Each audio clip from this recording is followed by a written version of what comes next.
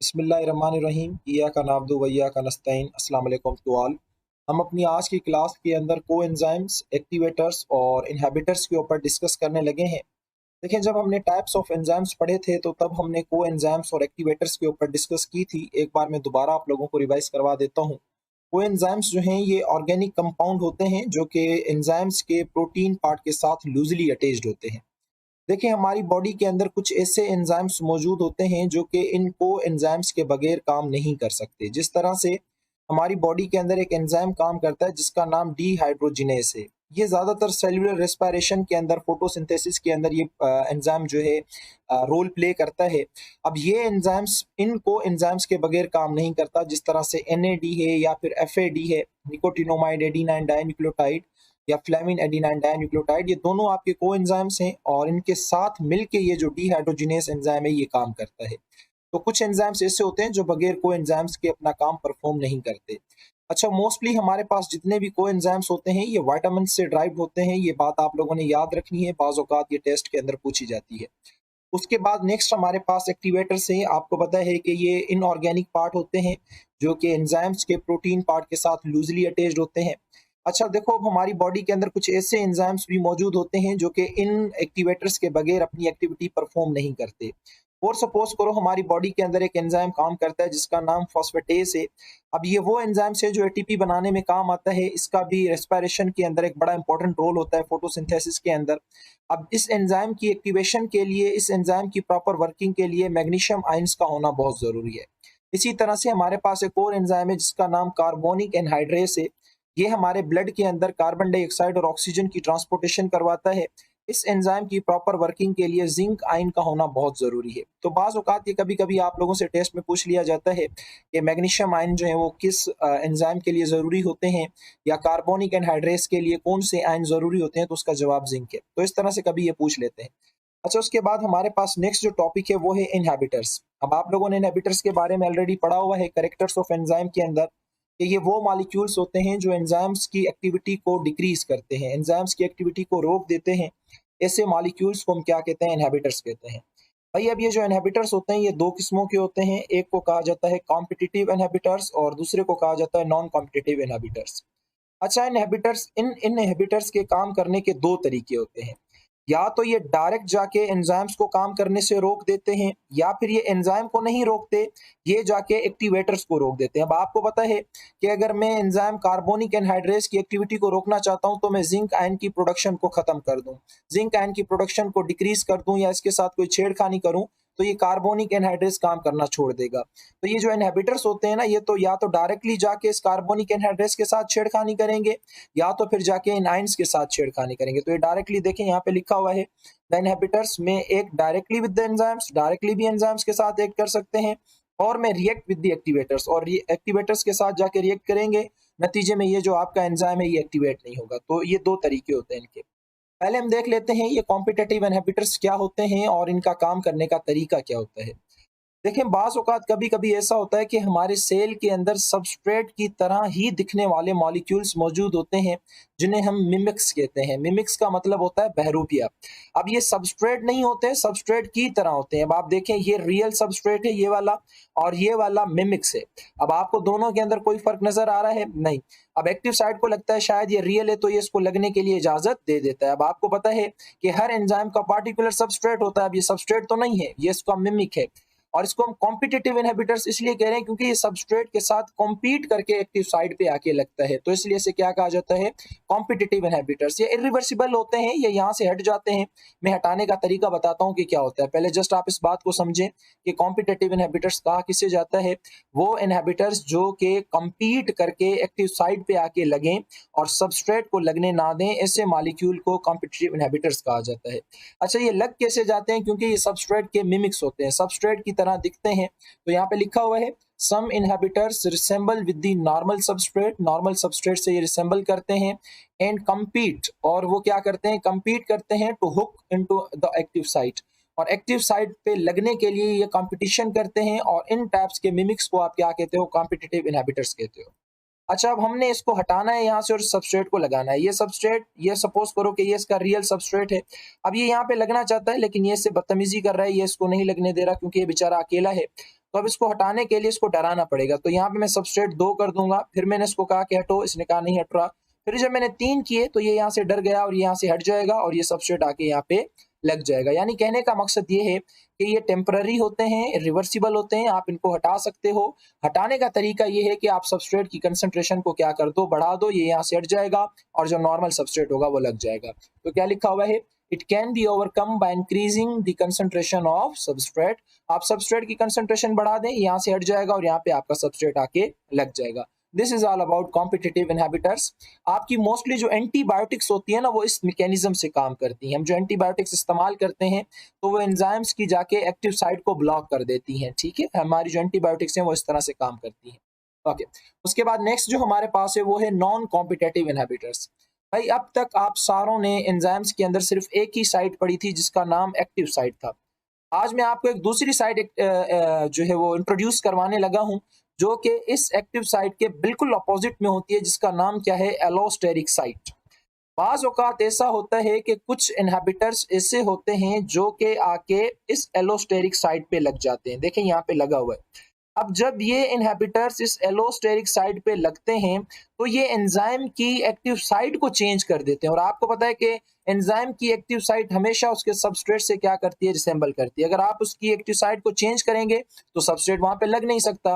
अब थोड़ा सा आप इस वाली इमेज को देखें, ये इसका सबस्ट्रेट है, ये एक्टिव साइट है, यहाँ पे लगेगा, ये एंजाइम एक्टिवेट हो जाएगा और अपना रिएक्शन परफॉर्म करेगा। लेकिन थोड़ा सा आप इस वाले एंजाइम के ऊपर नजर डालें, यहाँ पे देखें ये इनहिबिटर्स आके यहाँ पे लग गया है और लगने के बाद इसने इसकी एक्टिव साइट को क्या कर दिया है, चेंज कर दिया। आप इसकी एक्टिव साइट देखें और आप इसकी एक्टिव साइट देखें, यहाँ पे इसकी एक्टिव साइट क्या हो चुकी है, चेंज हो चुकी है। अब ये सबस्ट्रेट यहाँ पे लगने की कोशिश कर रहा है लेकिन एक्टिव साइट क्या हो गई है, चेंज हो गई है, तो यहाँ पे नहीं लगेगा, नतीजे में रिएक्शन भी परफॉर्म नहीं होगा। तो इसने कंपीट नहीं किया, ये एक्टिव साइट पे नहीं लगा, ये चुप करके जाके किसी दूसरी साइट पे लग गया जिसको हम क्या कहते हैं, एलोस्टेरिक साइट कहते हैं। और इसलिए इनहिबिटर्स को क्या कहा जाता है, non competitive inhibitors. Allosteric site पे लगते हैं तो इसलिए इनका दूसरा नाम क्या है, एलोस्टेरिक इनहिबिटर्स। अच्छा, अब आपने याद रखना है ये जो नॉन कॉम्पिटिटिव इनहिबिटर्स होते हैं ये इरिवर्सिबल भी होते हैं और ये रिवर्सिबल भी होते हैं। मींस लगने के बाद ये हट भी जाते हैं और बाज औकात ऐसा होता है कभी कभी ये परमानेंट लग जाते हैं और ये हटते भी नहीं है। देखें कभी कभी हम जो लोग खुदकुशी करते हैं तो आपने सुना होगा वो साइनाइड्स वगैरह, केमिकल वगैरह ले लेते हैं या हैवी मेटल्स ले लेते हैं। आपको पता है कि वो मेटल्स हमारी बॉडी में जाके करते क्या है, वो साइनाइड हमारी बॉडी में जाके करता क्या है, वो जो साइनाइड हम लेते हैं वो जाके एलोस्टेरिक साइट पे इरिवर्सिबल तरीके से बाइंड हो जाता है। नतीजे में ये एंजाइम काम करना छोड़ जाता है। और आपको पता है कि हमारी मेटाबॉलिक एक्टिविटीज बगैर एंजाइम के कुछ भी नहीं है। तो ये जितने भी पॉइजनियस सब्सटेंसेस होते हैं या मेटल्स, हैवी जो मेटल्स होते हैं, वो जब हम खा जाते हैं तो वो आके फिर कहाँ लग जाते हैं, एलोस्टेरिक साइट पे लग जाते हैं। और किस तरह से लगते हैं, इरिवर्सिबल, यानी वो रिवर्स कभी भी नहीं होते। तो नतीजे में ये एंजाइम कभी भी काम नहीं करता और एकदम अगर हमारी बॉडी के सारे एंजाइम्स काम करना छोड़ जाएं तो बॉडी की क्या हो जाती है, डेथ हो जाती है। दूसरा ये होता है कि दूसरे होते हैं रिवर्सिबल, जो लगते हैं और लगने के बाद हट जाते हैं। और ये हमारा एक अगला टॉपिक है जिसका नाम फीडबैक इनहिबिशन है। मैं उसके अंदर आपको समझाता हूं कि वो आके क्यों लगते हैं, किस पर्पस के लिए लगते हैं, ये मैं समझाता हूं। पहले हम इसकी थ्योरी पढ़ लेते हैं। कहता है non competitive inhibitors obstruct the enzymatic reaction by binding other than the active site called as allosteric site. अब ये जितने भी नॉन कॉम्पिटिटिव इनहिबिटर्स हैं ये एक्टिव साइट पे नहीं लगते, ये सारे के सारे आके एलोस्टेरिक साइट पे लगते हैं। As it become attach with the allosteric site, जैसे ये एलोस्टेरिक साइट पे लगते हैं, it induces the change in the enzyme active site. तो एंजाइम की जो एक्टिव साइट है उसके अंदर ये चेंज लाएंगे। In result substrate become unable to attach with the active site. नतीजे में क्या होगा, सबस्ट्रेट अपनी एक्टिव साइट पे नहीं लगेगा और केमिकल रिएक्शन परफॉर्म नहीं होगा। और मैंने बताया कि ये दो तरीकों से लगते हैं, एक रिवर्सिबल, दूसरा इरिवर्सिबल। जितने भी आपके पॉइजनियस सब्सटेंसेस होते हैं या जो भी मेटल्स वगैरह जो भी हम इस्तेमाल करते हैं वो सारे के सारे एंजाइम्स की एलोस्टेरिक साइड पे लगते हैं, लेकिन इरिवर्सिबल तरीके से, वो रिवर्स नहीं होते। और एकदम अगर आपके सारे एंजाइम्स काम करना छोड़ जाएं तो बॉडी की डेथ हो जाती है। बाकी रिवर्सिबल तरीके के लिए हमारे पास एक अगला टॉपिक है, मैं थोड़ी देर में आपको समझाता हूं। उससे पहले हम ये इमेज देख लेते हैं। देखें ये एक एंजाइम है, ये इसका सबस्ट्रेट है और ये इसकी एक्टिव साइट है। ये यहाँ पे लगा, ये एंजाइम खुश हो रहा है, आप यहाँ पे देख सकते हैं, क्योंकि रिएक्शन परफॉर्म हो गया। अब ये वाला बेचारा जो है थोड़ा सा परेशान है। क्यों परेशान है, क्योंकि यहाँ पे ये जो है एलोस्टेरिक इफेक्टर आके यहाँ पे एलोस्टेरिक साइट पे लग गया है और इसने इसकी एक्टिव साइट को चेंज कर दिया, सबस्ट्रेट नहीं लग रहा और रिएक्शन नहीं हो रहा, तो तभी ये बेचारा क्या हो गया, परेशान हो गया। ठीक है। अच्छा, हमारे पास जो नेक्स्ट टॉपिक है ना वो है फीडबैक इनहिबिशन। बहुत बहुत ईजी है ये। देखो मैंने आपसे कहा था कि एक तो हमारी एलोस्टेरिक साइड इस्तेमाल होती है स्पाइसीनियस सब्सटेंसेस को या बॉडी की जो डेथ वगैरह हो जाती है इसके अंदर, वो इरिवर्सिबल थी। दूसरी होती है रिवर्सिबल। बाज़ औक़ात ऐसा होता है कभी हमारे सेल के अंदर प्रोडक्ट बढ़ जाती है और हमें एंजाइम की एक्टिविटी को रोकना होता है कि बस फिलहाल आप काम ना करो, हमारे पास प्रोडक्ट ज़्यादा है। जब हम प्रोडक्ट अपनी यूज़ कर लेंगे फिर आप दोबारा से काम करना शुरू हो जाना। तो हम क्या करते हैं, अब यहाँ से हम रिएक्शन को शुरू करते हैं। देखें ये हमारे पास सब्सट्रेट है और ये एंजाइम के ऊपर आके लगेगा। ये एंजाइम एक्टिवेट हुआ, ठीक है, एंजाइम 1 एक्टिवेट हुआ, इसने अपना काम किया। फिर इसने दूसरा सबस्ट्रेट बनाया, ये सबस्ट्रेट आके इस एंजाइम 2 पे लगा, फिर इसने अपना काम किया। फिर इसने सबस्ट्रेट बनाया, ये सबस्ट्रेट आके एंजाइम 3 पे लगा, इसने अपना काम किया और इस तरह से ये हमें क्या मिल गई, प्रोडक्ट मिल गई। यानी ये 3 एंजाइम मिलके अपने-अपने सबस्ट्रेट से हमें क्या बना के दे रहे हैं, प्रोडक्ट बना के दे रहे हैं। अब यहाँ पे प्रोडक्ट की अमाउंट ज़्यादा है, ठीक है, और हम चाहते हैं कि ये वाला जो एंजाइम है अभी ये भले काम करना छोड़ दे ताकि पहले हम इस प्रोडक्ट को इस्तेमाल तो करें। अब ऐसा तो नहीं है सारे एंजाइम हम एक्टिवेट करके रखते हैं और सारा दिन जो ये काम होता रहे, सारा दिन बॉडी के अंदर मेटाबॉलिज्म इससे नहीं होता। एंजाइम को खास वक्त के लिए एक्टिवेट किया जाता है जब उनकी नीड होती है, वरना फिर उनको रोक दिया जाता है। देखिए अब यहाँ पे ये प्रोडक्ट आ गई है, बहुत ज़्यादा प्रोडक्ट है। हम क्या करेंगे, इसमें से थोड़ी-सी प्रोडक्ट उठा के एंजाइम की एलोस्टेरिक साइट पे लगा देंगे। अब जब एंजाइम की एलोस्टेरिक पे आप प्रोडक्ट लगा देंगे, अपनी ही प्रोडक्ट, कोई और प्रोडक्ट नहीं, इसकी अपनी प्रोडक्ट आप एंजाइम की एलोस्टेरिक साइट पे लगाएंगे, तो यहाँ पे देखें इसकी एक्टिव साइट क्या हो गई है, चेंज हो गई है। अब जब एक्टिव साइट चेंज हो गई है तो ये सबस्ट्रेट यहाँ पे लगेगा, ये सबस्ट्रेट कभी भी नहीं लगेगा। और जब ये सबस्ट्रेट नहीं लगेगा, इससे ये वाला एंजाइम एक्टिवेट नहीं होगा, फिर इससे ये वाला एंजाइम एक्टिवेट नहीं होगा और इससे ही एंजाइम 3 एक्टिवेट नहीं होगा और प्रोडक्ट नहीं बनेगी। और तब तक हम क्या करेंगे, ये जो हमारी प्रोडक्ट पड़ी हुई है ना, हम इसको इस्तेमाल करते रहेंगे, करते रहेंगे, करते रहेंगे और एक स्टेज ऐसा आएगा ये प्रोडक्ट जैसे खत्म होने लगेगी तो ये वाली प्रोडक्ट जो हमने एलोस्टेरिक साइड पे लगाई थी ना, हम इसको यहाँ से हटा देंगे। जैसे हटाएंगे इसकी एक्टिव साइड वैसी हो जाएगी, ये सबस्ट्रेट आके एक्टिव साइड पे लगेगा और ये दोबारा रिएक्शन परफॉर्म हो जाएगा। तो देखो ये जो बाइंडिंग हो रही है ये रिवर्सिबल हो रही है, इसको हम हटा सकते हैं और ये एक नॉर्मल फिनोमिना है, एक नॉर्मल प्रोसेस है। इस प्रोसेस को कहा जाता है फीडबैक इनहिबिशन। क्या लिखा हुआ है, the activity of enzyme is regulated by its own product. हम एंजाइम की एक्टिविटी को रेगुलेट करते हैं उसकी अपनी प्रोडक्ट से, यानी कब उसको एक्टिवेट करना है, कब उसको डीएक्टिवेट करना है, कब उससे काम लेना है, कब उससे काम नहीं लेना। तो जब प्रोडक्ट हमारे पास ज्यादा होती है तो हम और प्रोडक्ट क्यों बनाएंगे, हम एंजाइम को एक्टिवेट क्यों करेंगे, हम नहीं करेंगे, अंडरस्टूड बात है। तो हमने उस एंजाइम को इनएक्टिवेट करना होता है। तो इनएक्टिवेट करने के लिए क्या करते हैं, उस प्रोडक्ट से एक थोड़ी सी प्रोडक्ट उठा के हम उसकी एलोस्टेरिक साइड पे लगा देते हैं, इस नॉन कॉम्पिटेटिव साइड पे लगा देते हैं और नतीजे में जो पूरा का पूरा रिएक्शन है ये थोड़ी देर के लिए क्या हो जाता है, स्टॉप हो जाता है। और तब तक स्टॉप हो जाता है जब तक ये प्रोडक्ट सारी की सारी हम क्या नहीं कर लेते, यूटिलाइज नहीं कर लेते। तो ये कहता है when the product is abundance, जब आपकी प्रोडक्ट ज्यादा हो जाती है, it binds non competitively at allosteric site, non competitively जाके वो एलोस्टेरिक साइट पे लग जाती है और आगे केमिकल रिएक्शन को क्या कर देती है, स्टॉप कर देती है और आपकी ज्यादा प्रोडक्ट नहीं बनती। इस प्रोसेस को क्या कहा जाता है, फीडबैक इनहिबिशन कहा जाता है।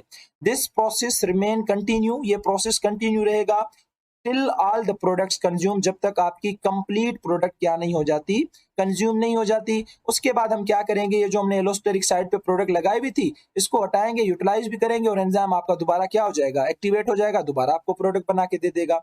तो हमारी बॉडी में जितने भी काम होते हैं ना वो सारे के सारे इस मैकेनिज्म से होते हैं। जितने भी एंजाइम एक्टिवेट किए जाते हैं, इनएक्टिवेट किए जाते हैं, वो सारे के सारे इस मैकेनिज्म के साथ किए जाते हैं।